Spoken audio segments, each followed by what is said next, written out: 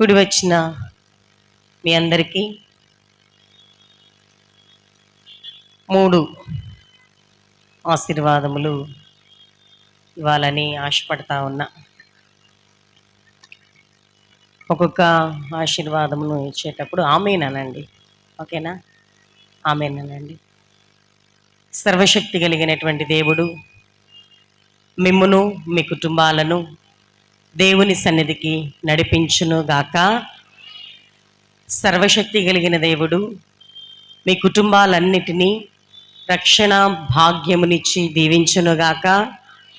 సర్వశక్తి కలిగినటువంటి దేవుడు మిమ్మును మీ కుటుంబాలను నిత్యరాజ్యములో ఉంచునుగాక. ఆమేన్. ప్రియ దేవుని బిడ్డలారా, ఎందుకు ఈ దీవెన వచనాలు ఆరంభంలోనే చెప్పానంటే, చక్కగా పనులన్నీ విడిచిపెట్టి దేవుని సన్నిధిలో మేము ఉండాలి, మా కుటుంబాలు ఉండాలి, ఆయన కృప పొందుకోవాలి, రక్షణ పొందుకోవాలి, ఆయన అనుగ్రహించేటువంటి ఆ దివ్యరాజ్యములో మేమందరము సంతోషించాలి అనే ఒక తృష్ణతో ఆశతో వస్తూ ఉన్నాం. వచ్చినటువంటి మనము వ్యర్థముగా పోకూడదు, ఏ ఆశీర్వాదాన్ని కోల్పోకూడదంటే దేవుని కృప మనకి ఉండాలి. కృపకు తగిన జీవితం మనం అనుసరించాలి. కృప ఉండాలంటే కృపకు తగిన జీవితం కూడా మనం కలిగి జీవించాలి. ఈ దినమున ఏర్పాటు చేయబడిన పరిశుద్ధ లేఖన భాగమును మనం కొద్ది నిమిషాలు ధ్యానించేటువంటి ప్రయత్నం చేద్దాం. చిన్న ప్రార్థన చేసుకుందాం. సర్వశక్తి కలిగిన దేవా, మీ పాదాలకు వందనాలు తండ్రి. మా జీవితాల్లో మాకు ఈ శ్రేష్టమైన దినమును సమయమును అనుగ్రహించి ఇంతవరకు పాటల ద్వారా మీరు మహిమ పొందుకొని ఉన్నారు. మీకు స్తోత్రాలు తండ్రి. లేఖన భాగంలో ఉన్న ఆధ్యాత్మిక సత్యాలు వినగల చెవులు, గ్రహించగల మనస్సు, ఆచరించగలిగినటువంటి బుద్ధిని మీరు మాకు దయచేయమని మా ప్రభు అయిన యేసుక్రీస్తు ద్వారా అడిగి ప్రార్థించి వేడుకొనిచున్నాము తండ్రి. ఆమేన్. ప్రియ దేవుని బిడ్డలారా, ఈ లేఖన భాగమును మరొక పర్యాయము మనం గమనించినప్పుడు మత్తయి సువార్త 24వ అధ్యాయము 29వ వచన భాగం నుండి మనం చూస్తూ ఉన్నాం.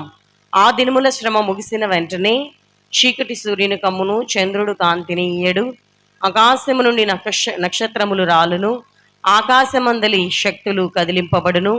అప్పుడు మనుష్య కుమారుని సూచన ఆకాశమందు కనబడును. అప్పుడు మనుష్య కుమారుడు ప్రభావముతోనూ మహామహిమతోనూ ఆకాశ మేఘారూఢుడై వచ్చుట చూచి భూమి మీదనున్న సకల గోత్రముల వారు రొమ్ము కొట్టుకొందురు. మరియు ఆయన గొప్ప బూరతో తన దూతలను పంపును. వారు ఆకాశం యొక్క ఈ చివర నుండి ఆ చివరి వరకు నలుదిక్కుల నుండి ఆయన ఏర్పరచుకొనిన వారిని పోగు చేతురు. ఇక్కడ ఆగుదామండి. ప్రియా దేవుని బిడ్డలారా, చదువుకున్న మాటలను మనం గమనించినప్పుడు 2 రకముల గుంపును, ప్రజలను మనం ఇక్కడ ఈ వచనాలలో చూస్తూ ఉన్నాం. 2 రకముల ప్రజలను చూడండి.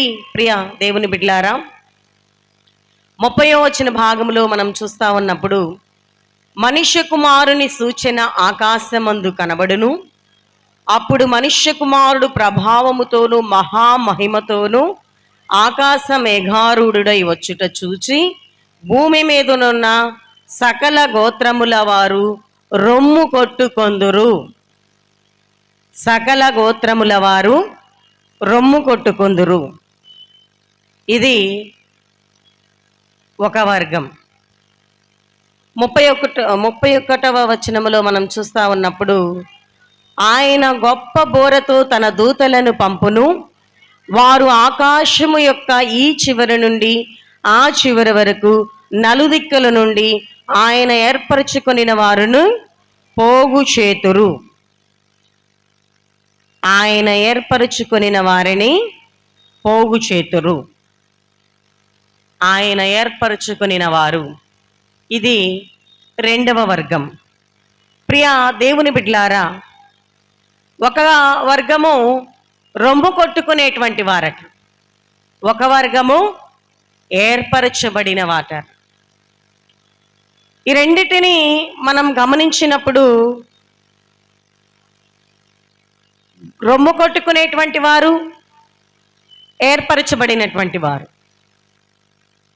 రెండిటిలో ఏ జాబితాలో ఇప్పుడు మనం ఉన్నాం, ఇకపై ఉండబోతున్నాం? ఇప్పుడు మనం ఉన్నాము, ఇకపై ఉండబోతున్నాము అనేది పరిశీలన చేసుకుందాం ప్రియ దేవుని బిడ్డలారా. పైన ఉన్నటువంటి రొమ్ము కొట్టుకునేటువంటి వారిని మనం చూస్తూ ఉన్నప్పుడు సహజంగా రొమ్ము కొట్టుకోవడం అంటే గుండె పగలడం, గుండె పగిలేలా ఏడవటం, బాధపడడం, ఇవన్నీ కూడా వస్తూ ఉంటాయి. గుండె పగిలేలా ఎప్పుడు ఏడుస్తాం? గుండె పగిలేలా ఎప్పుడు ఏడుస్తాం? భయంకరమైనటువంటి శ్రమలోనికి మనం వెళ్ళినప్పుడు గుండెలు పగిలేలా ఏడుస్తూ ఉంటాం. ప్రియ దేవుని బిడ్డలారా, లూకాసు వార్త 8వ అధ్యాయము 52వ వచనములో మనం చూస్తూ ఉన్నప్పుడు అక్కడ ఒక చిన్న లేఖన భాగం ఉంటుంది. సమాజపు అధికారి యొక్క కుమార్తె చనిపోయింది. సమాజపు అధికారి యొక్క కుమార్తె చనిపోతుంది. ఆమె చనిపోయినప్పుడు తండ్రి యేసుక్రీస్తు వారి దగ్గరికి వెళ్ళి, మీ చిత్తమైతే నా కుమార్తెను బ్రతికించమని బ్రతిమాలుకుంటారు. ప్రభువైన యేసుక్రీస్తు వారు ఆ ఇంటికి వస్తారు. ఆ ఇంటికి వచ్చినప్పుడు ఆ ఇంటి దగ్గర ఉన్నటువంటి వాతావరణం అంతా ఎలా ఉంటుందంటే భయంకరమైనటువంటి పరిస్థితి ఉంటుంది. చిన్న బిడ్డ చనిపోయింది. బంధువులు, ఊరివారు మొత్తం గుండెలు పగిలేలా ఏడుస్తూ ఉంటారు. కేవలం అక్కడే కాదండి, మన కుటుంబాల్లో కూడా, మన పరిస్థితుల్లో కూడా మనం చూస్తూ ఉన్నప్పుడు, మన ఇంట్లో ఎవరినైనా మనం కోల్పోయినప్పుడు ఎలా ఏడుస్తాం? గుండెలు పగిలేలా ఏడుస్తాం. దానికి మాటలు ఉండవు, ఓదార్పు సరిపోదు. ఎవరెన్ని చెప్పినా, ఎన్ని చేసినా ఆ చనిపోయిన మనిషి తిరిగి లేచి మన ముందు నిలబడితే తప్ప దానికి యూజ్ అనేటువంటిది, ఎవరెన్ని చేసినా కూడా ఉపయోగం అనేటువంటిది ఉండదు. అంతగా గుండెలు పగిలేలా ఏడుస్తూ ఉంటాం. అలాగే ప్రియ దేవుని బిడ్డలారా, ఈ కుటుంబం దగ్గర కూడా గుండెలు పగిలేలా ఆ తండ్రి, అలాగే అక్కడ ఉన్నటువంటి వారు రొమ్ము కొట్టుకుంటూ ఏడుస్తున్నారట. చిన్న బిడ్డ ఏమీ అనుభవించలేదు, అయ్యో చనిపోయిందని గుండెలు పగిలేలా ఏడుస్తున్నారట. అట్ ది సేమ్ టైం ప్రియ దేవుని బిడ్డలారా, ఆ రోజు అక్కడ కలిగినటువంటి బాధ, ఆ రోజు వాళ్ళు అనుభవించినటువంటి ఆ పెయిన్ మన కుటుంబాల్లో మనం కూడా అనుభవిస్తూనే ఉంటాం కదా. ఆ పెయినే ప్రియ దేవుని బిడ్డలారా రేపటి రోజున కలగబోతా ఉంది. అందుకే చూడండి, లేఖన భాగంలో అంటా ఉన్నాడు, మనుష్య కుమారుని సూచన ఆకాశమందు కనబడినప్పుడు, మనుష్య కుమారుని సూచన ఆకాశమందు కనబడినప్పుడు ఆయన మేఘారూఢుడై మహామహిమతో వచ్చుట చూచినటువంటి భూమి మీదనున్న సకల గోత్రముల వారు, భూమి మీదనున్న సకల గోత్రముల వారు, భూమి మీద ఉన్నటువంటి ప్రజలందరూ ఆ మనుష్య కుమారుని సూచన ఆకాశములో కనబడగానే ఆయన మహాదూత సమూహముతో వచ్చుచున్నప్పుడు ఆ వచ్చేటువంటి ఆ రాజును చూసి, ఆ ఉగ్ర రూపాన్ని చూసి ప్రియ దేవుని బిడ్డలారా, భూమి మీద ఉన్న ప్రజలందరూ కూడా రొమ్ము కొట్టుకొని ఏడుస్తూ ఉంటారట. రొమ్ము కొట్టుకొని. ఆ దినములలోనికి మనం ప్రవేశించక మునుపే రాత్రి కాలమందు ఈ యూట్యూబ్ రీల్స్ చూస్తూ ఉన్నప్పుడు ఒక అమ్మాయి చిన్న రీల్ ఒకటి పెట్టింది. ఇప్పుడు టైము 2:30 అవుతుంది. ఆ వీడియోలో టైం 2:30 అవుతుంది, నిద్ర లేదు, ఆహారం లేదు, ఇంట్లో కరెంట్ లేదు, ఏ సప్లైస్ లేవు, భయంకరమైనటువంటి భయంతో ఉన్నాము, ఎప్పుడు ఏ బాంబు వచ్చి మా మీద పడిపోతుంది అనేటువంటి వేదనకరమైన పరిస్థితిలో ఉన్నాము. ఒకసారి సౌండ్ వినండి అని ఆ సౌండ్ వినిపిస్తూ ఉన్నప్పుడు డేంజర్ సౌండ్ వస్తూ ఉంటుంది కదా. ఆ డేంజర్ సౌండ్ 24 hours మోగుతూనే ఉంటుందంట. గత కొన్ని రోజులుగా ఈ సౌండ్ రోజు 24 hours మోగుతూనే ఉంటుంది అని చెప్పి ఇంకొంచెం పక్కకి కిటికీలోకి ఆ ఫోన్ అట్లా కొంచెం ముందుకు పక్కకు నెట్టి పైన చూపిస్తూ ఉంటే లైటింగ్తో పెద్ద పెద్ద బాంబులు వచ్చి కింద పడతా ఉంటే సౌండ్లు భయంకరంగా వస్తున్నాయి. అది ఆ సౌండ్ మోగంగానే ఈ రీల్ తీసే అమ్మాయి అమ్మో అమ్మో అయ్యా దేవుడా దేవుడా గాడ్ గాడ్ అల్లా అంటుంది. ప్రియ దేవుని బిడ్డలారా, మనమేమో ఇక్కడ కూర్చొని ఎంతో ప్రశాంతంగా దేవుణ్ణి ధ్యానిస్తున్నాం. దేవుడు ఎంత ఆశీర్వాదం ఇచ్చాడో చూడండి, ఎంత భాగ్యం ఇచ్చాడో చూడండి. అయితే రేపటి రోజున అలా ఒక పక్క యుద్ధం ఒక పక్క ఇలాగ కూర్చునే ప్రశాంతత ఉండదు. ఏమంటా ఉన్నాడు? భూమి మీదనున్న సకల గోత్రముల వారు, భూమి నలుమూలల అన్ని వైపులా అన్ని రకముల అన్ని వర్గముల ప్రజలు ఆ రాబోతున్నటువంటి ఆ మనిషి కుమారుని మేఘారుడై వచ్చుట చూచి రొమ్ము కొట్టుకుంటారట. అయ్యో రాకడ వస్తుంది, వచ్చేసింది, మా పరిస్థితి ఏంటి, మా స్థితిగతులు ఏంటి, మా ఫ్యూచర్ ఏంటి, అయ్యో అయ్యో అని రొమ్ము కొట్టుకుంటారట. ప్రియా దేవుని బిడ్డలారా, అందుకే స్టార్టింగ్లోనే ఆశీర్వాదం ఇచ్చాను. దాని ప్రకారం మనం జీవించాల్సిందే.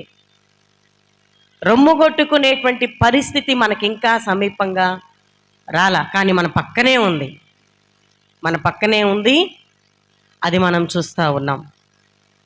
ప్రియ దేవుని బిడ్డలారా, ఇంకొక వర్గాన్ని మనం చూస్తూ ఉన్నప్పుడు ఏర్పరచబడిన వారు అంటా ఉన్నారు. ఏర్పరచబడిన వారిని మనం చూస్తూ ఉన్నప్పుడు మీకా గ్రంథంలో అంటా ఉంటాడు, 4వ అధ్యాయం 1వ వచనం నుంచి ఇంకా కింద లేఖన భాగంలో 6వ వచనం వరకు మనం చూస్తూ ఉన్నప్పుడు, అంత్య దినములలో అనేకులు ఆయన మందిరములోనికి వచ్చెదరు అంటా ఉంటాడు. ఇంకా ఆయన ఏర్పరచుకున్న వారు తన వారిని ఆయన పిలుచుకొనును పోగు చేసుకొనును అనేటువంటి లేఖన భాగం అక్కడ చూస్తాం. చూడండి, లూకాసు వార్త మీకా గ్రంథము 4వ అధ్యాయము 1వ వచనము 6వ వచనము 2వ వచనాలను చదువుకుందాం. అంత్య దినములలో సభా పర్వత మందిరములో యెహోవా మందిర పర్వతములలో పర్వతముల శిఖరమున, చదవండి తల్లి,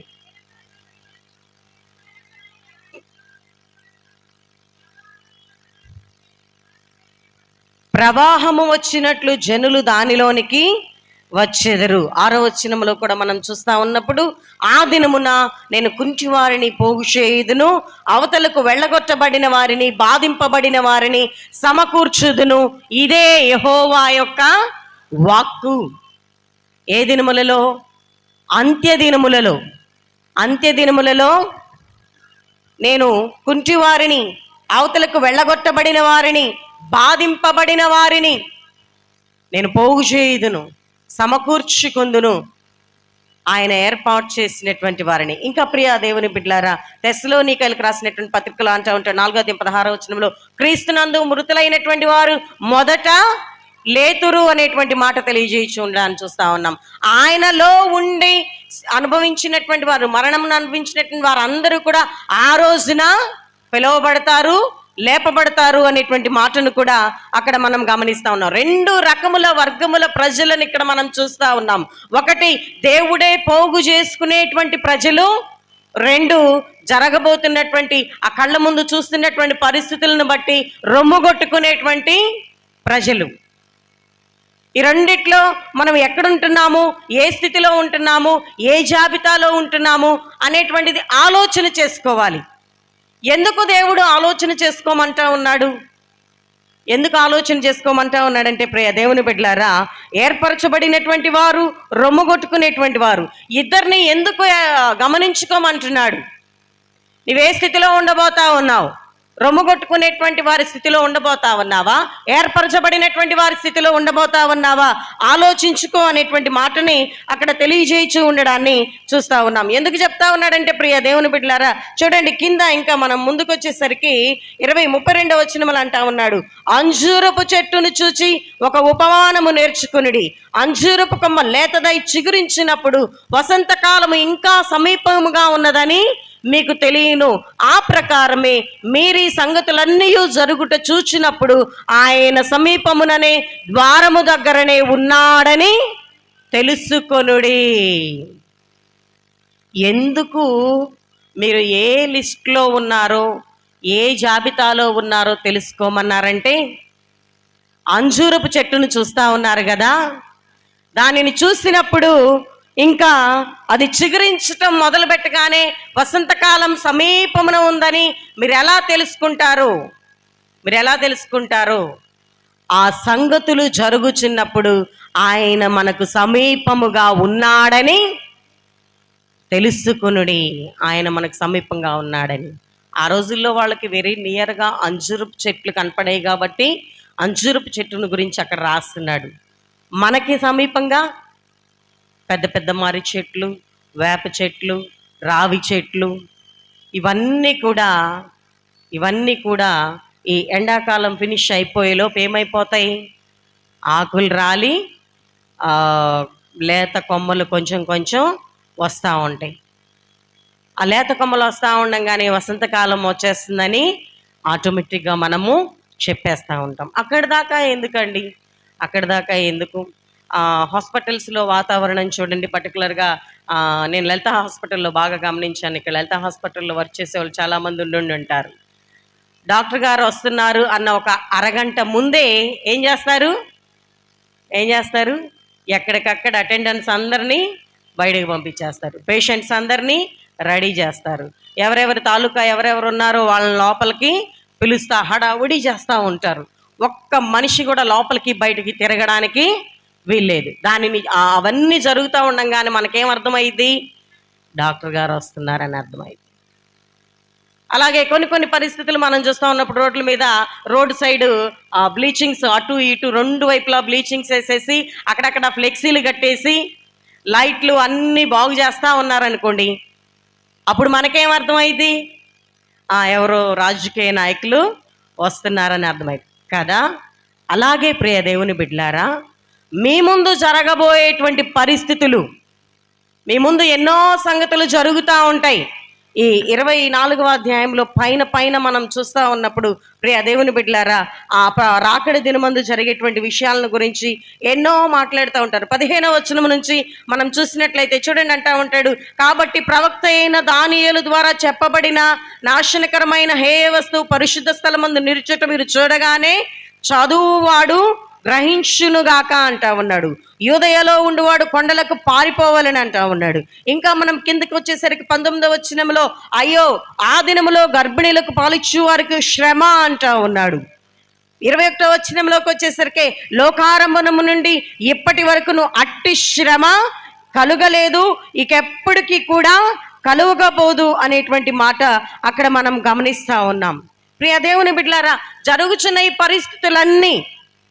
ఈ పరిస్థితులన్నీ ఇంకా మనం చదువుకున్నటువంటి లేఖన భాగంలో కూడా చీకటి సూర్యుని కమ్మును, చంద్రుడు కాంతిని ఇవ్వడు. ఇప్పుడు ప్రస్తుతం మనం చూస్తూ ఉన్నప్పుడు ఇతర దేశాలలో కూడా భయంకరమైనటువంటి వారు జరుగుతూ ఉంది. భయంకరమైన వారు జరుగుతూ ఉంటే 2 దేశాలకు మొదలైనటువంటి వారు ఇప్పుడు ఒక్కొక్క దేశము యాడ్ అవుతూ ఉంది. కొంతమంది అంటా ఉన్నారు ఇది అలా చూసి మూడో ప్రపంచ యుద్ధానికి వెళ్ళవచ్చు అనే మాట కూడా చెప్తా ఉన్నారు. మూడో ప్రపంచ యుద్ధము అనగా ప్రియ దేవుని బిడ్డలారా, ఇది కూడా వన్ ఆఫ్ ది ఇండికేషన్. ప్రభు రాకడ ఒక సూచనే. ఒక్కొక్క రాజ్యం వచ్చి యాడ్ అవుతా ఉన్నాయి, దేశాలు కలుస్తూ ఉన్నాయి. ప్రియ దేవుని బిడ్డలారా, ఇవన్నీ జరుగుతూ ఉన్నప్పుడు మనుషుల మధ్యలో ప్రేమ చల్లారిపోతుందంటాడు ఒక చోట. తల్లికి బిడ్డకి, బిడ్డకి తల్లికి, అన్నకి చెల్లికి, అక్కకి తమ్ముడికి, ఇలా ఒకరి మధ్య ఒకరికి వివాదాలు కలుగుతాయంటా ఉన్నాడు. ఇలా అనేకమైనటువంటి సూచనలు,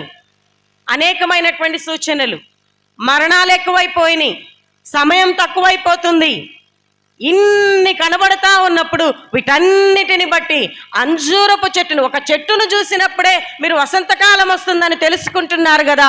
ఇదిగో ఇవన్నీ జరుగుతుండగా ప్రభు రాకడ సమీపంగా ఉంది, ఆయన మీకు సమీపముగానే ఉన్నాడని తెలుసుకొనుడి, మీరు గ్రహించుకొనుడి. గ్రహిస్తున్నారా? ప్రభు ఎందుకు మీరు ఏ జాబితాలో ఉన్నారో ఆలోచించుకోండి అన్నాడంటే, ప్రియ దేవుని బిడ్డలారా, సిద్ధపాటు కలిగి ఉండాలని.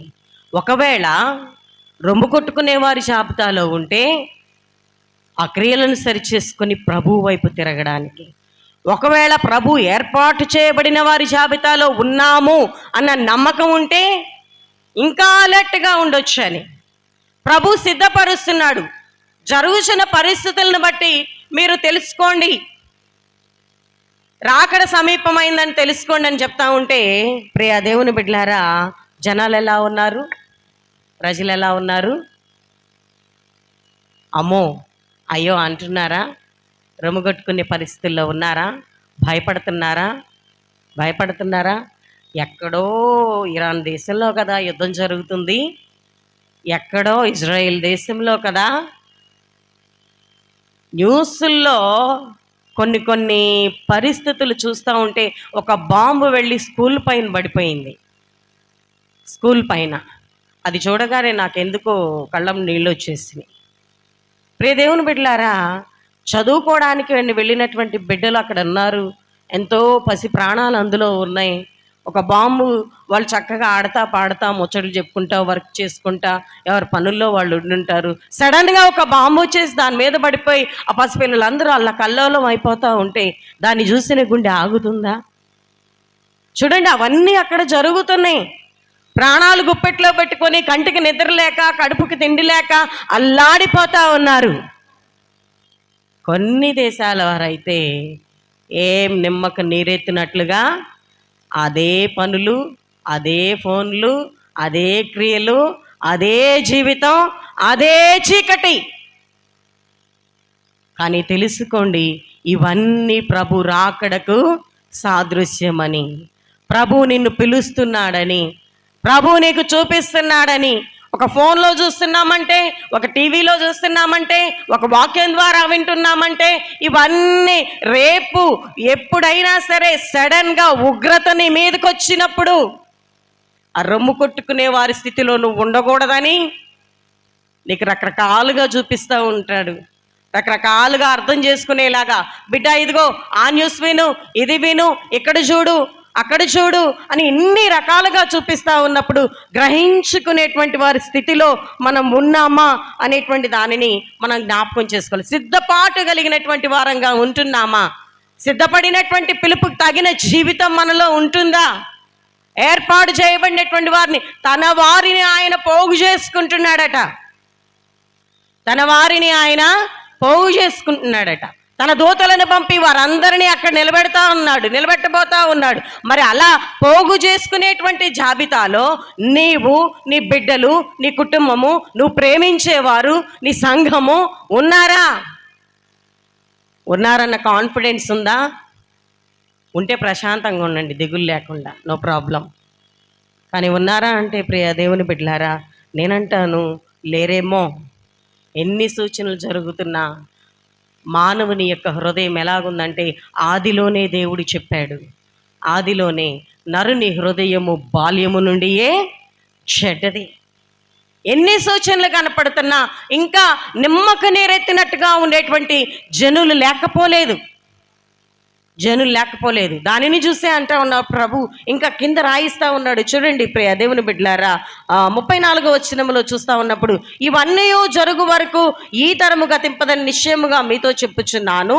35వ వచనంలో అంటా ఉన్నాడు, ఆకాశము భూమియు నశించును గాని నా మాటలు ఏమాత్రమును గతింపవు. అయితే ఆ దినమును గూర్చియు ఆ గడియని గూర్చియు తండ్రి మాత్రమే ఎరుగును గాని ఏ మనుష్యుడైనను పరలోకమందలి దూతలైనను ఎరుగరని చెప్పి 37వ వచనములు అంటా ఉన్నాడు. చూడండి, నోవాహు దినములు ఎలాగూ ఉండునో మనుష్య కుమారుని రాకడయును అలాగే ఉండును. నోవాహు దినముల్లో ఎలా ఉందో, ఏం జరిగిందో, మనుషులు ఎట్లా ప్రవర్తిస్తా ఉన్నారో అలాగే జరుగుతుంది. అక్కడెక్కడో యుద్ధాలు వేసుకొని, బాంబులు వేసుకొని, వాళ్ళు తిండి తిప్పులు లేక ఆహారం లేక బాధపడుతుంటే మనకెందుకు బాధ కలగట్లేదు?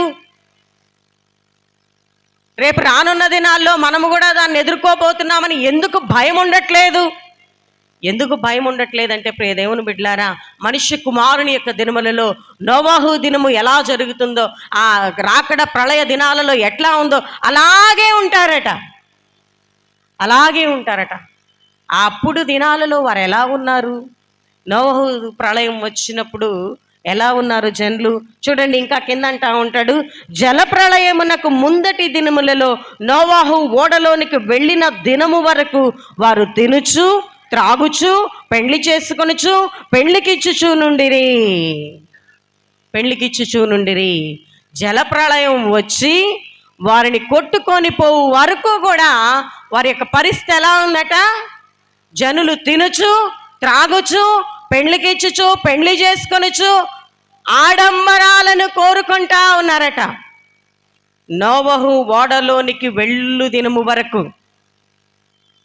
నోవహు ఓడ కట్టుకునేటప్పుడు చూస్తున్నారు, అటు ఇటు వెళ్తూ చూస్తున్నారు. వెళ్ళిన వాళ్ళందరూ అడుగుతుంటే నోవహు, ప్రభు రాబోతా ఉన్నాడు, ప్రళయం రాబోతుందట, దేవుడు నాకు చెప్పాడు, మీరు కూడా జాగ్రత్త పడండి అని కనబడిన వారందరికీ చెప్తా ఉన్నాడు. ఏమాత్రం లెక్కలేదు. ఇంకా ప్రియ దేవుని బిడ్డలారా, ఆ రోజుల్లో ప్రజలకి వర్షం అంటే తెలియదు, సూచనలు కూడా ఏం లేవు. కానీ ఈ రోజుల్లో దేవుడు మనలను ప్రేమించి అనేకమైన సూచనలు చూపిస్తున్నాడు. సిద్ధపడాలని, కుటుంబాలతో సిద్ధపడాలని, మనల్ని మనం ప్రభు సన్నిధిలో బలపరుచుకోవాలని ఎన్నో సూచనలు చూపిస్తూ ఉన్నాడు. ఎన్నో సూచనలు. కానీ ఆ రోజుల్లో వారికి సూచనలు లేవు. నోవహు చెప్తా ఉన్నాడు. నోవహు చెప్తా ఉంటే వెర్రివాడు ఇట్లా మాట్లాడుతున్నాడు. వర్షం ఏంటి, ప్రళయం ఏంటి, అసలు అలాంటి మాటలు మనం విన్నామా, ఎప్పుడైనా చూసామా అన్నట్లుగా మాట్లాడుకున్నారు. ఆ తర్వాత ప్రియులారా, అక్కడ మనం చూస్తూ ఉన్నప్పుడు జలప్రళయం వచ్చి అందరినీ కొట్టుకొని పోవు వరకు ఎరుగకపోయిరి. జలప్రళయం వచ్చి అందరినీ కొట్టుకుపోయింది. కొంచెం కొంచెంగా నీరు పెరిగి ఒక్కసారిగా పైన తూములు కింద తూములు విప్పబడినప్పుడు ప్రియ దేవుని బిడ్డలరా, ఉన్న పడాన నీరు మొత్తం వచ్చేసి మొత్తాన్ని ముంచి వేయగా అప్పుడు రొమ్ము కొట్టుకుంటున్నారు. అప్పటి వరకు వాళ్ళకి తెలియదండి, తెలియకుండానే ఉంటున్నారు. అపవాది అంధకారం కలుగు చేస్తూ ఉన్నాడు. ఆ మాట చెప్పి కింద అంటున్నాడు, చూడండి ప్రియ దేవుని బిడ్డలారా, అలాగుననే మనుష్య కుమారుని రాకడా ఉండును. వాళ్ళు ఎలా ఉన్నారో, ఎలా మాట్లాడారో, కొట్టుకొని పోయేంత వరకు ఎలా ఒళ్ళు తెలియకుండా ప్రవర్తించారు, అలాగే ఉంటుంది. రోజు సన్నిధికి వస్తాం, వింటాం, వెళ్తాం. ఈ బోర్డర్ దాటి గేటు దాటి ఇంటికి వెళ్ళిన దగ్గర నుంచి పరిస్థితులన్నీ మారిపోతాయి, మాటలు మారిపోతాయి, ఆలోచనలు మారిపోతాయి. మన ప్రసంగం చేసిన తర్వాత కిందకెళ్ళి అక్కడ కూర్చున్నాను. కూర్చున్న వెంటనే ఎందుకో ఒక విధమైనటువంటి దుఃఖం వచ్చింది, కొంచెం బాధేసి ప్రేయర్ చేసుకుంటా కూర్చుండిపోయినప్పుడు వెంటనే ప్రభు ఆత్మ మాట్లాడినట్లుగా అనిపించింది. అనిపిస్తే నేనేమనుకుంటా, ప్రభు ఏంటి ప్రభు నన్ను బలపరిచయ్యా, ఎందుకు అంతకు మంచిగా ప్రసంగం చేశానన్న ఫీల్ నాకుంది, కానీ నాకు బాధేస్తుంది. ఎందుకు బాధేస్తుంది అని చెప్పి అనుకుంటా ఉన్నప్పుడు ఆఫ్టర్ 40 days ఈ పిల్లలందరూ ఎలా ఉంటారు? చక్కగా యవన బిడ్డలు వస్తున్నారు, చిన్న బిడ్డలు వస్తున్నారు, పెద్దవాళ్ళు వస్తున్నారు, నడవలేకపోయినా చిన్నగా నడుచుకుంటూ అయినా వస్తున్నారు. ఈ 40 రోజులు వస్తారు, బలం పొందుకుంటారు, ఉజ్జీవించబడతారు. 40 రోజుల తర్వాత మళ్ళా ఆదివారానికి. ప్రియ దేవుని బిడ్డలారా, ఆత్మీయ తల్లిగా మీకు ఒక్క మాట చెప్తా ఉన్నాను, ఏ చిన్న సమయం ఉన్నా, ఏ ఒక్క ఆరాధన మీరు మిస్ అవ్వకండి. అది స్త్రీల సమాజమైనా, ఫాస్టింగ్ ప్రేయర్ అయినా, ఇంకేదైనా ప్రేయర్స్ అయినా, ఎంత సమయం ఉంటే, ఎంత అవకాశం ఉంటే, ఎంత ఎక్కువగా ప్రార్థనలో గడపాల్సి ఉంటే అంత ఎక్కువగా ఉండండి. ఎంత ఎక్కువగా ప్రార్థనలో గడుపుతారో అంత అపవాదికి, లోకానికి దూరంగా ఉంటారు, అంత దూరంగా ఉంటారు. ఎందుకంటే అపవాది అయినటువంటి వాడు ఎవరిని మృంగుదునా, ఎక్కడ దొరుకుతారా అని ఎందుకు వెతుకుతున్నాడంటే, ఏర్పాటు చేయబడిన వారిని సైతం పడవేయడానికి శక్తి కలిగిన వాడై తిరుగులాడుతూ ఉన్నాడు. ఏర్పాటు చేయబడిన వారు అంటే ఎవరు? మనమే. దేవుని సన్నిధికి వచ్చాం, ప్రార్థనలు చేసుకుంటున్నాం, బాప్టిజం తీసుకున్నాం, బల్లలో చేస్తున్నాం. అలాంటి వారిని కూడా పడవేయడానికి రెడీగా ఉన్నాడు. ఎక్కడ దొరుకుతారు? వీళ్ళ వీక్నెస్ ఏంటి? గుర్తింపా, అధికారమా, డబ్బా, డంబమా, ఆశలా, ఎక్కడని తిరుగుతూ ఉన్నాడు. అందుకే ప్రియ దేవుని బిడ్డలారా, సిద్ధపడండి, సిద్ధముగా ఉండండి. జరుగుతున్నాయి కదా, చూస్తున్నారు కదా, వీటన్నిటిని బట్టి సిద్ధపాటు కలిగి ఉండండి. ప్రతిదానికి రొమ్ము కొట్టుకునేటువంటి స్థితిలో ఉండకుండా ఉండుటకు సిద్ధపడండి. తన వారిని పోగు చేసాయి నిలబెట్టబోతున్నప్పుడు ఆ జాబితాలో ఉండడానికి సిద్ధపడండి. ఒకవేళ సిద్ధపాటు కలిగి లేకపోతే రేపు ప్రతి దాని గురించి నిన్ను క్వశ్చన్ అడగబోతా ఉన్నాడు. విశ్వాసులైనటువంటి వారికి పరిశుద్ధ గ్రంథం ఒక మాట చెప్తా ఉంది. ఈ ఒక్క లేఖన భాగాన్ని చదువుకొని మనం ముగించుకునే ప్రయత్నం చేద్దాం. చూడండి ప్రియ దేవుని బిడ్డలారా, తిమోతికి రాసినటువంటి మొదటి పత్రిక 5వ అధ్యాయము 8వ వచన భాగమును మనం చదువుకున్నప్పుడు అక్కడ ఒకటి లేఖన భాగం ఉంటుంది. చూడండి ప్రియ దేవుని బిడ్డలారా, ఎవడైనను స్వకీయులను విశేషముగా తన ఇంటి వారిని సంరక్షింపకపోయిన ఎడల వాడు విశ్వాస త్యాగము చేసిన వాడై అవిశ్వాసి కన్నా చెడ్డవాడై ఉండును. చూడండి, మరలా చదువుకుందాం ప్రియ దేవుని బిడ్డలారా. ఎవడైనను స్వకీయులను విశేషముగా తన ఇంటి వారిని ఏం చేయాలంటున్నాడు? సంరక్షించకపోయిన ఎడల ఎవరైనాను సరే ఇంటి వారిని, స్వకీయులను, ఇరుగు పొరుగు వారిని, ఇంటి వారిని సంరక్షించాలి, రక్షణలోనికి నడిపించాలి. ప్రియ దేవుని బిడ్డలారా, తల్లిదండ్రులైనటువంటి వారితో మాట్లాడుతూ ఉన్నాడు. నీ బిడ్డలను నీవు రక్షణలోకి నడిపించకపోతే, యవన బిడ్డలను అంటున్నాడు, నీ ఇరుగు పొరుగు వారిని, కుటుంబాలతో అంటున్నాడు, నీ స్వకీయులను, తల్లితో తండ్రితో రేపటి దినాన, తీర్పు దినాన పిలిచి నీ బిడ్డను రక్షణలోకి నడిపించుకున్నావా అని క్వశ్చన్ అడిగితే తల్లిగా తండ్రిగా నువ్వు నిలబడి ఆన్సర్ చేయగలుగుతావా? అయ్యా, నా బిడ్డ రక్షణ పొందుకున్నాడు, బాప్తిజం తీసుకున్నాడు, బల్లలో ఉన్నాడు, నీకు సమీపంగా ఉన్నాడు, ఇదిగో ఆ రక్షింపబడిన వారి జాబితాలో అక్కడున్న బిడ్డ నా బిడ్డే అని చెప్తామా? చెప్పగలమా? భర్త కానీ భార్యని తీసుకొచ్చావా రక్షణకు అడిగితే చెప్పగలరా? భారీగా మీ భర్త ఏడమ్మా అని అడిగితే అదిగో అక్కడ ఉన్నాడని చూపించగలుగుతామా? స్వకీయులను, ఇరుగు పొరుగు వారిని అలా రక్షణలోనికి నడిపించకపోతే, సంరక్షించకపోతే వాడు ఎలాంటి వాడట? ఏమంటా ఉన్నాడు అక్కడ? చూడండి ప్రియ దేవుని బిడ్డలారా, సంరక్షించకపోయిన ఎడల వాడు విశ్వాస త్యాగము చేసిన వాడై అవిశ్వాసి కన్నా చెడ్డవాడై ఉండును. అవిశ్వాసి కంటే కూడా చెడ్డవాడై ఉంటాడట.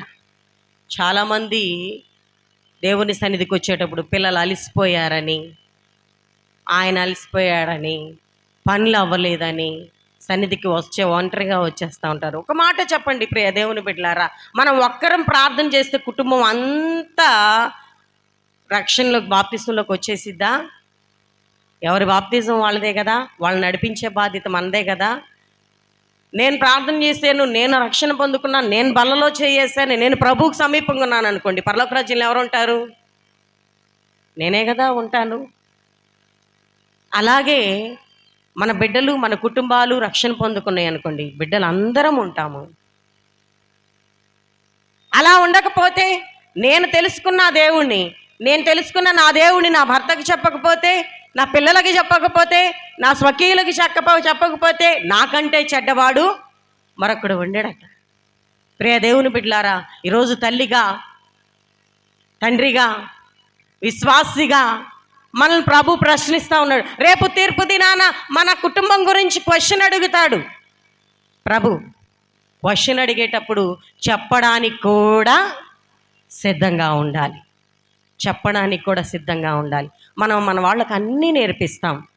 అరే నాన్న, బయట ఎవరన్నా ఏమైనా ఇస్తే తీసుకోబాకు, బయటకు వచ్చి తిరగబాకు, లోపలికి వెళ్ళంగానే తాళం వేసుకో, బండి మీద వెళ్ళేటప్పుడు లెఫ్ట్ సైడే వెళ్ళు, చిన్నగా వెళ్ళు, డబ్బులు ఎక్కువ ఖర్చు పెట్టుకోబాకు, అవి జాగ్రత్తగా పెట్టుకో, ఇవి జాగ్రత్తగా పెట్టుకో, వాళ్ళని నమ్మబాకు, వీళ్ళని నమ్మబాకు. ఇన్ని చెప్తున్నాము కదా, అన్ని చెప్తాం, అన్ని జాగ్రత్తలు చెప్తాం. అలాగే ఇదిగో రాకడ రాబోతా ఉంది, నరకం ఉంది, మంటలున్నాయి, అందులో పడకుండా యేసయ్య మనల్ని రక్షిస్తాడు. మనకు పరలోక రాజ్యం ఉంది. ఆ పరలోక రాజ్యంలో నా బిడ్డ నువ్వు ఉండాలి, మన చెల్లి ఉండాలి, మన అక్క ఉండాలి, మన నాన్న ఉండాలి చెప్పుకుంటున్నామా? తల్లిదండ్రులుగా, పెద్దవాళ్ళగా సిద్ధపరచాలి. ఎందుకంటే ప్రియ దేవుని బిడ్డలారా, ఎవరిని ఎప్పుడు ఏ అపాయం చుట్టుకుంటుందో మనం చెప్పలేం. చిన్నోళ్ళు కావచ్చు, పెద్దోళ్ళు కావచ్చు, మన కళ్ళ ముందే అట్లా వెళ్తున్నారు, కానీ తిరిగి వస్తున్నారో లేదో తెలియని పరిస్థితులు. ఇవన్నీ సూచనలుగా కనపడతా ఉన్నప్పుడు ప్రియ దేవుని బిడ్డలారా, ఇంకెంతకాలం?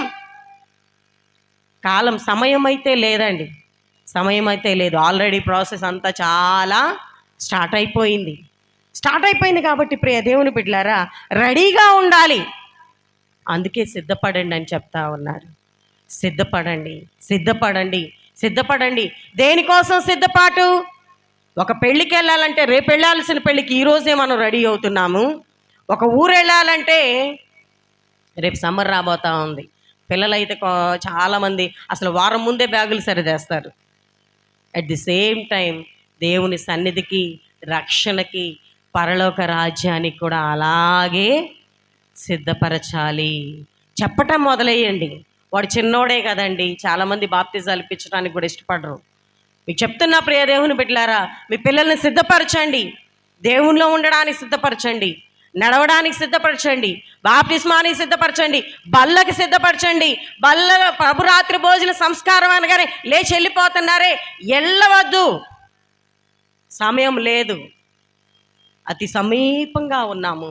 కాబట్టి ప్రియ దేవుని బిడ్డలారా, ఆయన ఇచ్చుచున్నటువంటి ఈ సూచనలను, మన ముందు జరుగుతున్న అనేక కార్యాలు, అనేక సూచనలు నిన్ను తట్టి నీకు చూపిస్తున్నా ఇంకా నిర్లక్ష్య వైఖరి వద్దు. ఒకవేళ ఇప్పుడు నిర్లక్ష్యం చేశామో డౌటే లేదు, ఆ రొమ్ము కొట్టుకునే వారి జాబితాలో మనం ఖచ్చితంగా ఉంటాం. అలా ఉండకూడదనే బిడ్డాను, అందులో ఉండకూడదు. నేను పోగు చేసుకుంటున్నాను కదా, ఆ జాబితాలో నువ్వు ఉండాలి. అందుకే నిన్ను ఇక్కడికి పిలిచాడు. ఈ గుంటూరు పట్టణంలో ఎంతోమంది ఉన్నారు మన సరౌండింగ్లో. వాళ్ళందరూ దాని సన్నిధికి వచ్చారా? వాళ్ళందరితో ఇలాగ మాట్లాడుతున్నాడా? నిన్ను ప్రేమించాడు, నీ కుటుంబాన్ని ప్రేమించాడు కాబట్టి మాట్లాడుతున్నాడు. బిడ్డలను నడిపించుకోవడానికి మాట్లాడుతున్నాడు, బలపరచడానికి మాట్లాడుతున్నాడు. కాబట్టి ప్రియ దేవుని బిడ్డలారా, ఆయన ఇచ్చుచున్న ఈ సూచనలను, ఆయన ఇస్తున్న ఈ సిద్ధపాటును స్వీకరిద్దాం, ప్రభుతో నడుద్దాం, పరలోక రాజ్యంలో సంతోషిద్దాం. అటువంటి కృప ధన్యత, నడిపింపు పరిశుద్ధాత్మ దేవుడు మనకు దయచేసి దీవించునుగాక. ఆమేన్.